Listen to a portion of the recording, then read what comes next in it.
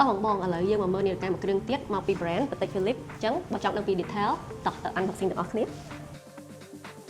សម្រាប់នាឡិកាដ៏ប្រណិតមួយគ្រឿងនេះគឺមាន model Nautilus ដែលមាន reference 7118 1R ដែលជាប្រភេទនាឡិកា Lady Watch ស័ក្តិសមបំផុតសម្រាប់បងនារីដែលចូលចិត្តលេង style sporty elegant មុខរបស់នាឡិកានេះគឺមានទំហំ 35.2 mm ដែលផ្ទៃខាងក្នុងមានពណ៌ brown sunburst សម្រាប់ខ្សែនេះដែរគឺមានភាពងាយស្រួលដល់បងពាក់នៅលើដៃជាប្រចាំថ្ងៃបានណា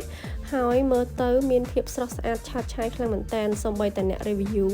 ក៏ស្រឡាញ់ខ្លាំងដែរហើយបើយើងក្រឡេកមកមើលពីខ្សែរបស់នាឡិកានេះវិញបងគឺមានសភាពរឹងមាំហើយសុវត្ថិភាពខ្លាំងមែនតើដោយកន្លឹះរបស់ខ្សែនាឡិកានេះរចនាតាមបែប fold over clip ដូច្នេះវាមានភាពងាយស្រួលមែនតើនៅពេលដែលយើងចុចបិទបើកបងហើយបើនិយាយពីម៉ាស៊ីនរបស់នាឡិកានេះវិញគឺជាប្រភេទ automatic ដែលមានលក្ខណៈពិសេសមែនតើណាបងអាចទប់ទឹកបានរហូតដល់60ម៉ែត្រឯណោះណា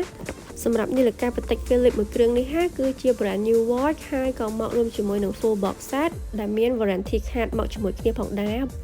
បើសិនជាបងចង់ដឹង detail បន្ថែមរបស់នាឡិកានេះអាចតាក់ទងមក Kairos and Rick Band